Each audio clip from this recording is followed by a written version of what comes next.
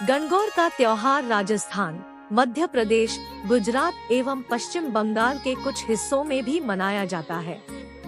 गणगौर प्रेम एवं पारिवारिक सौहार्द का एक पावन पर्व है, जिसे कि हिंदुओं द्वारा मनाया जाता है। गणगौर बना हुआ है दो शब्दों के मिलने से, गण और गौर। इसमें गण शब्द से आशय भगवान शंकर जी से है और गौर शब्द से आशय माँ पार्वती से है।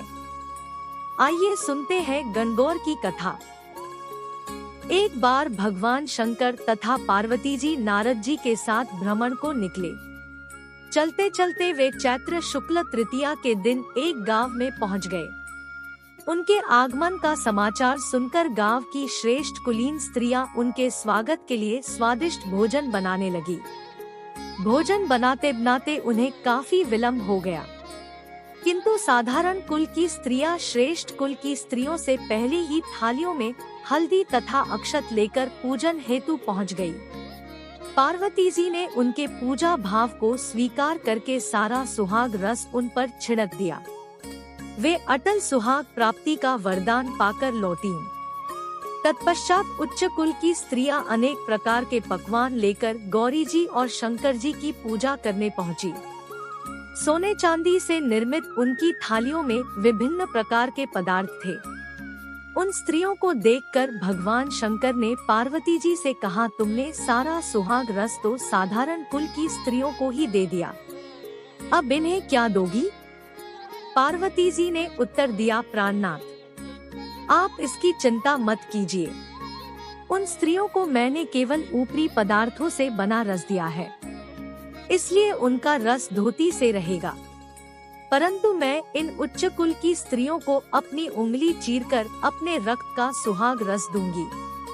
यह सुहाग रस जिसके भाग्य में पड़ेगा, वह तन्मन से मुझ जैसी सौभाग्यवती हो जाएगी।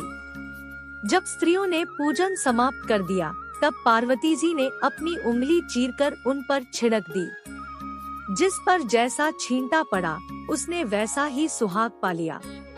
तत्पश्चात भगवान शिव की आज्ञा से पार्वती जी ने नदी तट पर स्नान किया और बालू की शिव मूर्ति बनाकर पूजन करने लगी।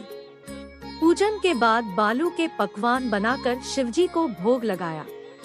प्रदक्षिणा करके नदी तट की मिट्टी से माथे पर तिलक लगाकर 2 कण बालू का भोग लगाया। इतना सब करते करते पार्वती को काफी समय लग गया। काफी देर बाद जब वे लौटकर आई तो महादेव जी ने उनसे देर से आने का कारण पूछा। उत्तर में पार्वती जी ने झूठ ही कह दिया कि वहाँ मेरे भाई भावज आदि मायके वाले मिल गए थे, उन्हीं से बातें करने में देर हो गई। परंतु महादेव तो महादेव ही थे, वे कुछ और ही लीला रचना चाहते थे। अतः उन्होंने पूछा, पार्वती, तुमने नदी के तट पर पूजन करके किस चीज का भोग लगाया था और स्वयं कौन सा प्रसाद खाया था? स्वामी, पार्वती जी ने पुनः झूठ बोल दिया, मेरी भावज ने मुझे दूध भात खिलाया, उसे खाकर मैं सीधी यहाँ चली आ रही हूँ। यह सुनकर शिवजी भी दूध भात खाने की लालच में नदी तट की ओर चल दिए। पार्वती दुविधा में पड़ गई।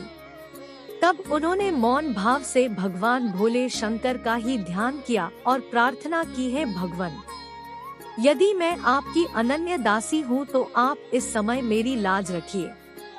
यह प्रार्थना करती हुई पार्वती जी भगवान शिव के पीछे पीछे चलती रही।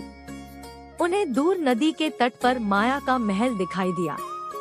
उस महल के भीतर पहुंचकर वे देखती है कि वहाँ शिवजी के साले तथा सलहज आदि सपरिवार उपस्थित है। उन्होंने गौरी तथा शंकर का भावभीना स्वागत किया। वे 2 दिनों तक वहाँ रहे। तीसरे दिन पार्वती जी ने शिव से चलने के लिए कहा, पर शिवजी तैयार न हुए। वे अभी और रुकना चाहते थे। तब पार्वती जी रूठकर अकेली ही चल दी।